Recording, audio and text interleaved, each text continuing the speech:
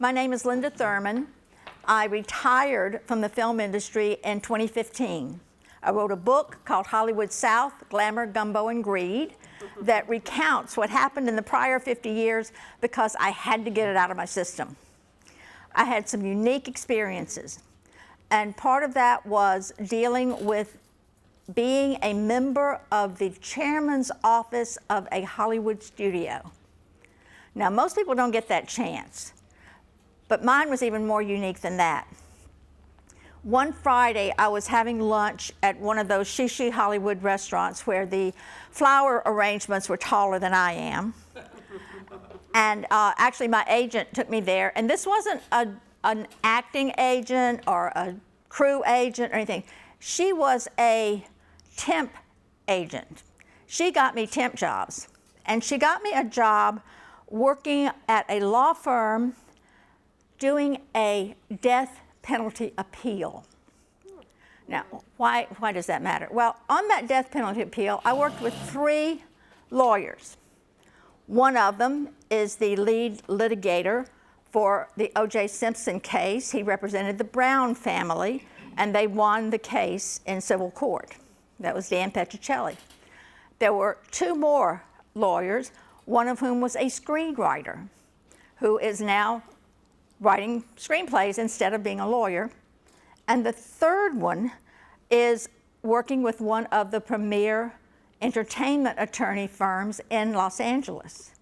So even though I was ostensibly a legal assistant, I was in the entertainment industry.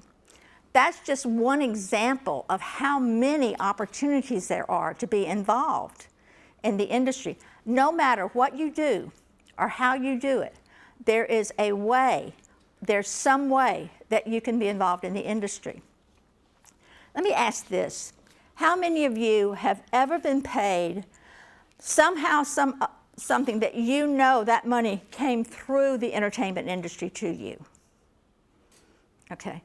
I'll guarantee the rest of you have somehow or other seen money that you didn't know, but was generated at some point in the industry because we're one of the biggest payrolls in Louisiana. We buy everything. And I'm talking about stores having to put on added staff. The windshield company, the little windshield replacement company in Clinton that did Dukes of Hazzard, they made more in a month than they normally make in a year. You know, that's why this industry keeps growing. But what we really want to know is, how do you get involved? Do you want to be involved? Does it matter to you? Is there something, are you looking for something in the industry? Let's talk about why we want that. I was joking with someone earlier that I played Minnie Mouse when I was 4 years old, and that little red skirt did me in. I was on stage for the next 15 or 20 years.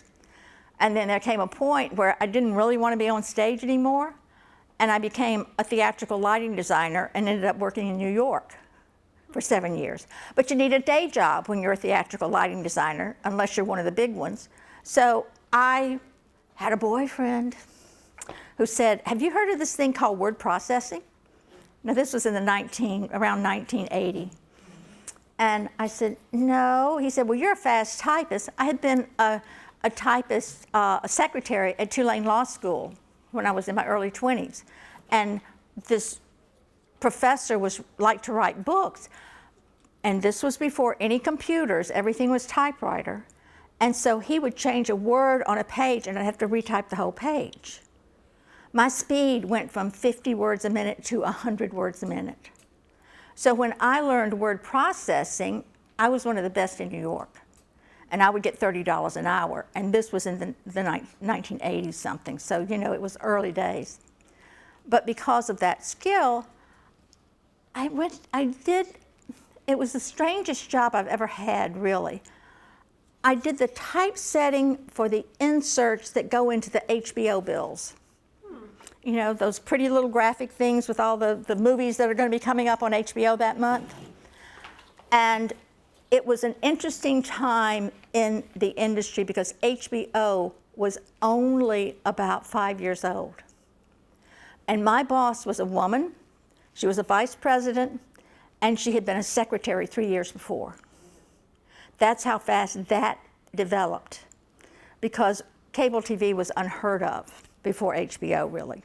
Have a lot of stories about that. I wrote some of that in my book because it has to do with Novak and New Orleans and things like that. But we could go on any one of those into a chapter or two.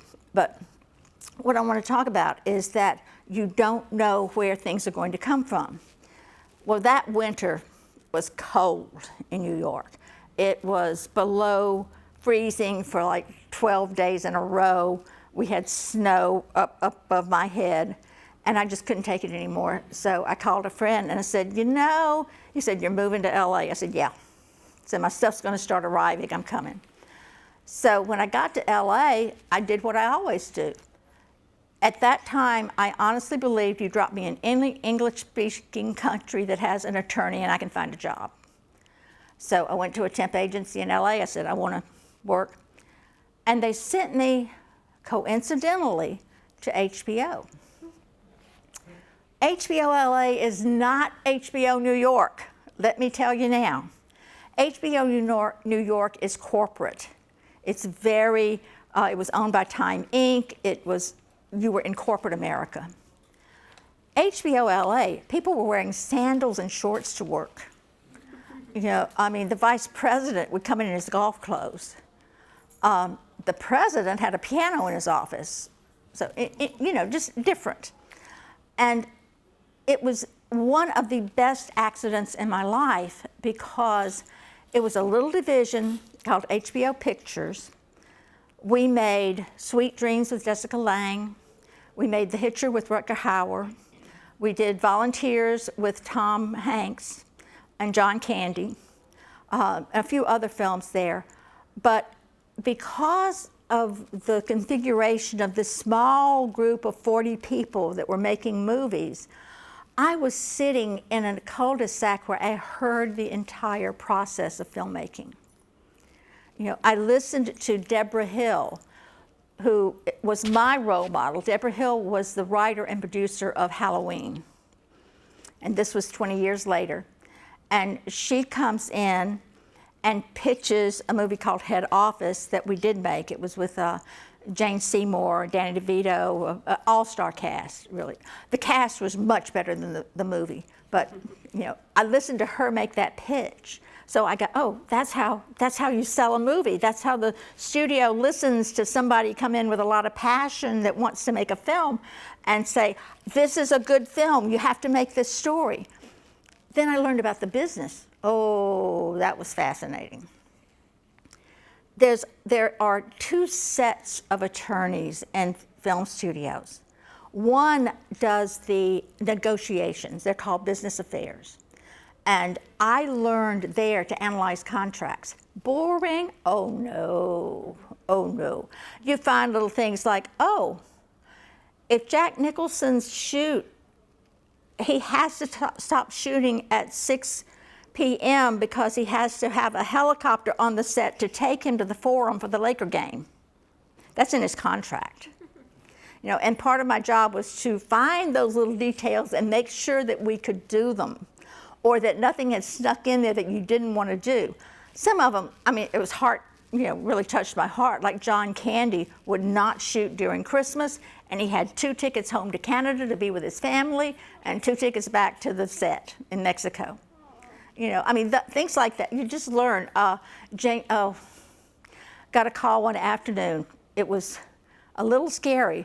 We had to pull the location manager off working the movie to find a rental home for Jessica Lange and her children, you know, when we were shooting Sweet Dreams.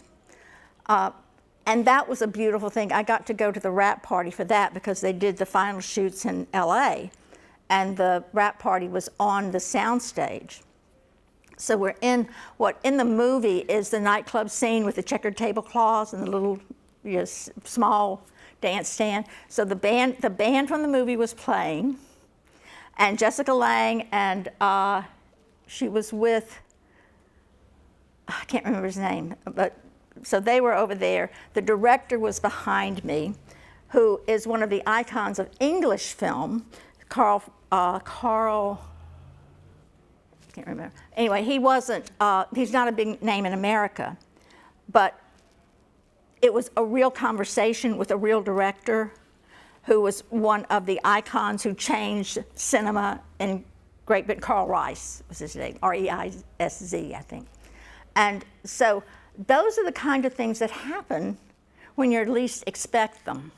You know, I got a call one day saying, we need somebody to go to London. Well, okay. It's very common for the big location companies, and I don't know how we do it in Louisiana, to put together FAM tours, familiarization tours.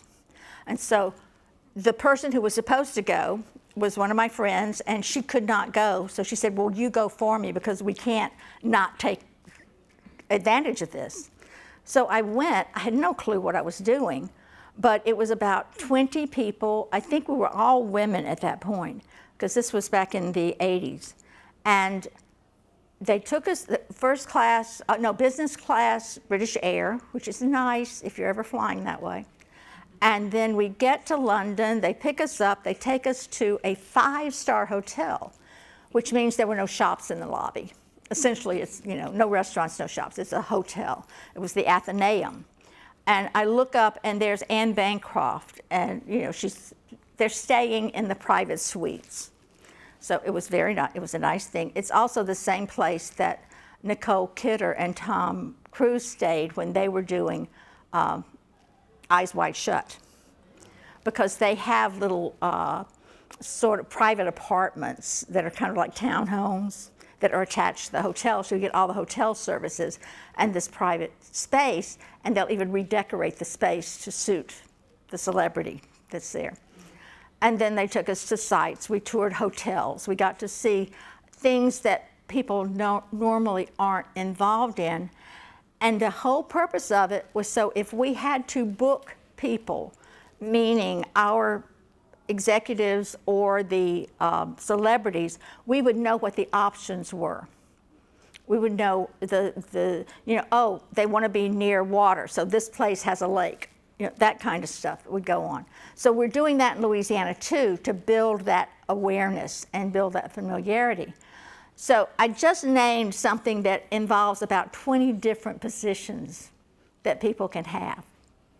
And one of the things that I've noticed is that as things develop, and right now we're developing an industry, is that it starts out with like a few people, a handful of people, and then things grow.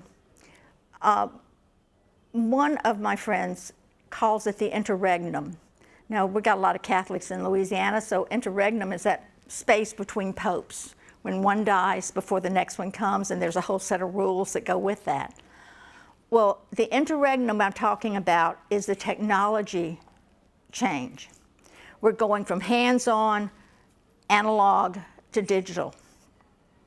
That is creating more opportunities and making those opportunities more available to anyone than ever before. When I started in the film industry, it was in Los Angeles. Huge capital investment. It cost a fortune to have a space to make a movie and the equipment to do it. It wasn't something that you easily shipped. If you were making a movie in another state, you literally got a train and loaded your equipment on it and shipped it. It was that intense. So when suddenly we don't need these $500,000 cameras, we can do it with the digital technology. That can be anywhere in the country. And I was in Hollywood in the executive suite when I saw that shift happen, where you could do location shooting for a budget that made sense. And you could do your editing. I mean, I took part in one of the first experiments with that, where we used a very high-speed data transmission network. We were shooting in Jumonville, in Point Capee Parish, and our lab was in Atlanta because we didn't have any in Louisiana yet. So we would FedEx our film to Atlanta, they would process it, digitize it, and send it back over a high-speed loop. Well, we discovered that the high-speed loop went through LSU, and they had these little limited bus in the computer, so the whole thing couldn't go through. It all of a sudden was going at 40 gigs a second and slowed down to 1. And they said, and so I had 25 engineers from 4 different locations online, and they said, on a phone call, because things were very different then. We would be doing Zoom now. And they said, have you checked the bus speed? And they went, oh, no. So it was a little embarrassing, but it got fixed. And that affected the way that high-speed network worked from then on.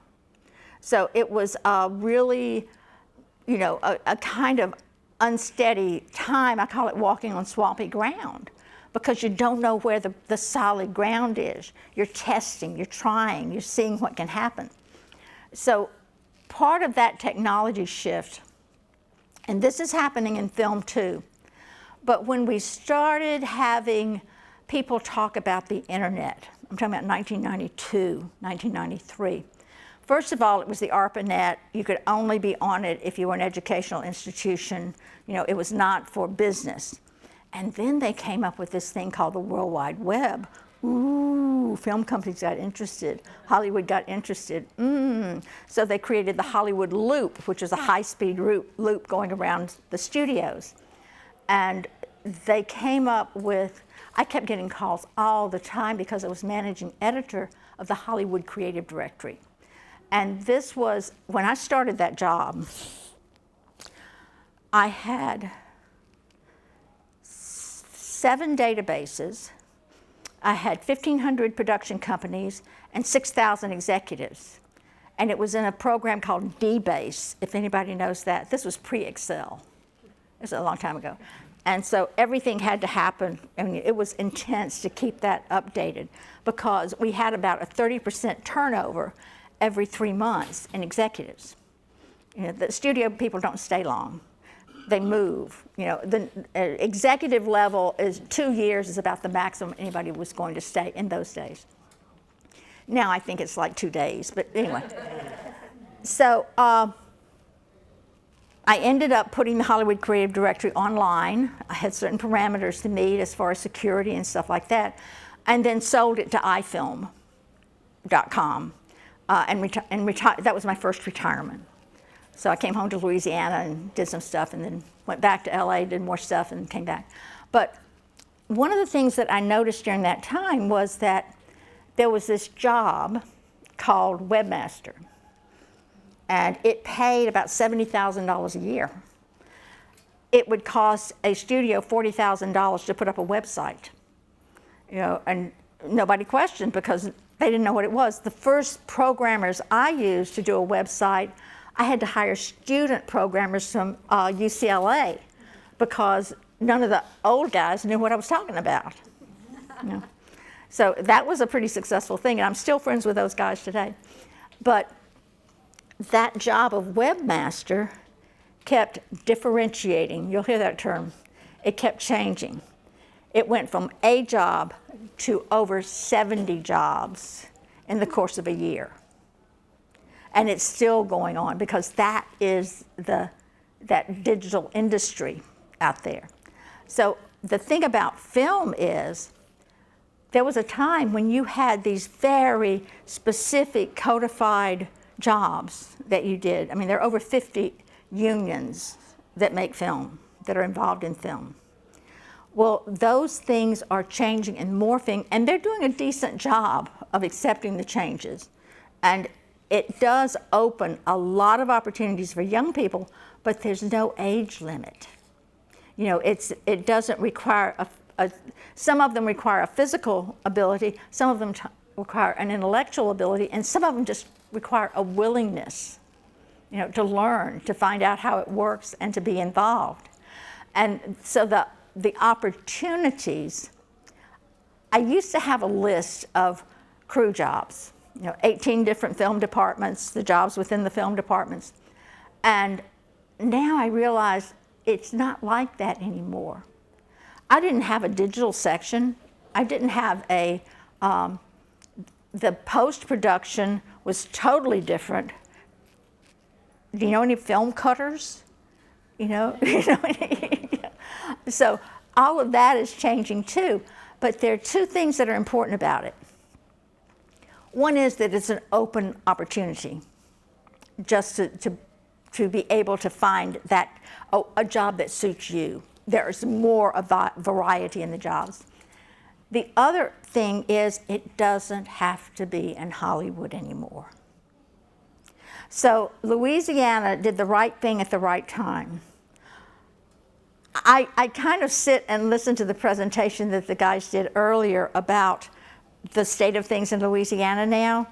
I met Chris the first week he started working in the film office, which was almost 20 years ago. You know, I don't think he was even married then, and he has teenagers now. So it is such a joy to see his development as the state's advocate for film. There is so much passion around film. That passion gets us through the hard parts, you know, the disappointments. Nobody liked my movie. Okay, I better make a different one.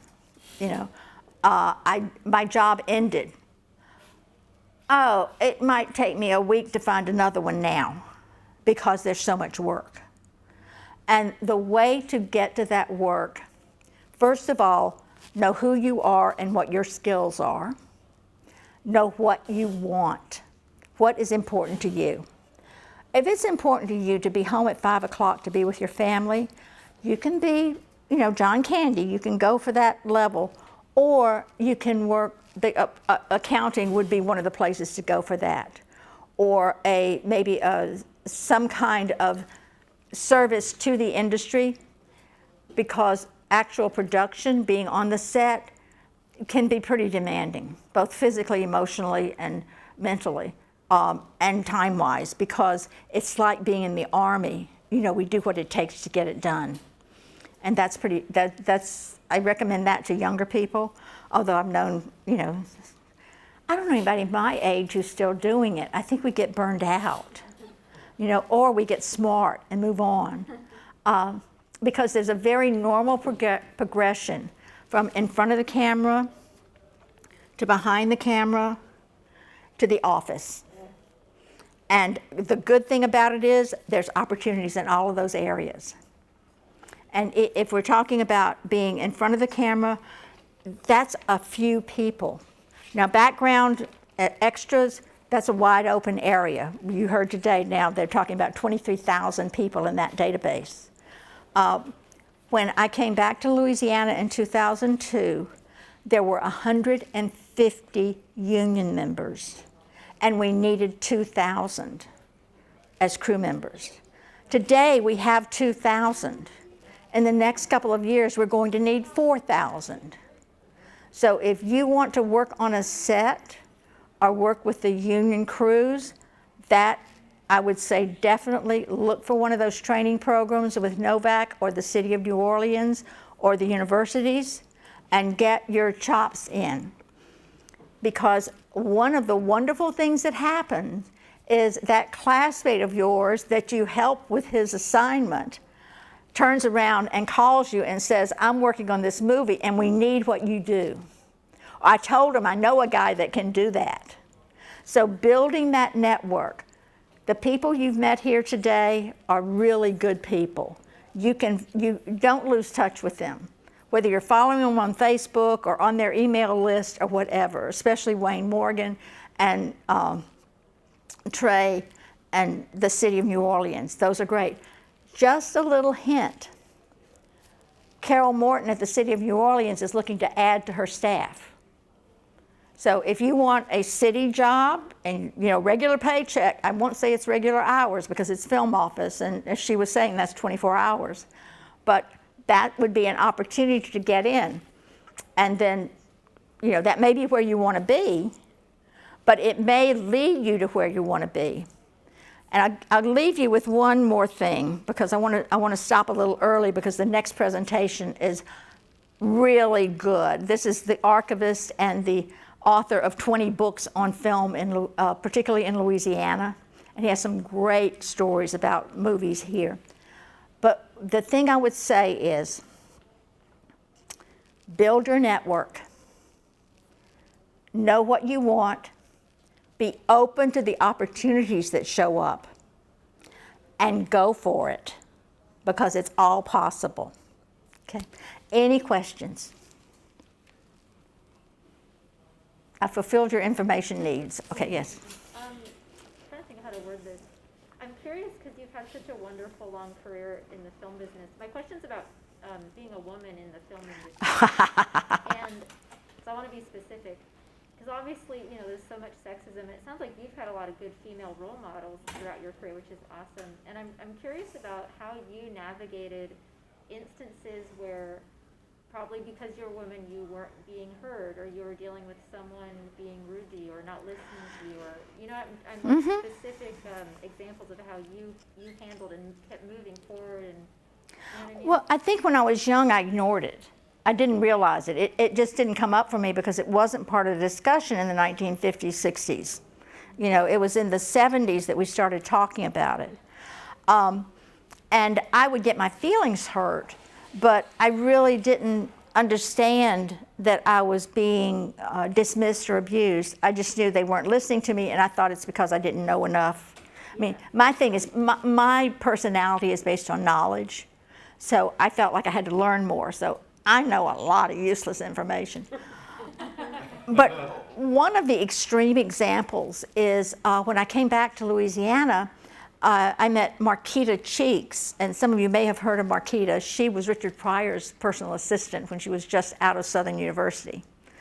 But Marquita and I became very good friends, and we formed Emerald Bayou Studios. And we raised about $60 million to start a studio in Louisiana. And at that time, way before these guys got involved, it was the Wild West. I mean, there were bribes, there was stuff going on that I wasn't part of. And that's probably why I don't have a studio. But one thing that happened, and I give Marquita credit for this, we were testifying at every legislative hearing. You know, we were considered weird because we were from California and Louisiana, but someone asked Marquita, said, do you have problems because you're black? And she said, oh no. She said, they can't get past the fact that we're women. Because everybody expected us to have men backing us. And they said, well, who are your backers? You know, what studio do you work with? Ours.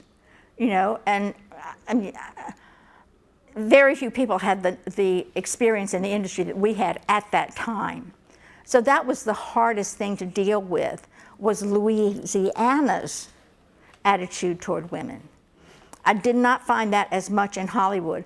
I mean, I worked with women directors, I worked with women executives. And there was always a degree of who she's sleeping with, you know, and I saw a lot of that. I mean, especially in the early days, that was just how it was done. I mean, this whole thing with Harvey Weinstein, we knew that was going on. And people would, you know, say, don't ever be in a room alone with him. You know, I was a lot younger then. But it has evolved. It has evolved. And I know there are women who see it through that filter. I never did.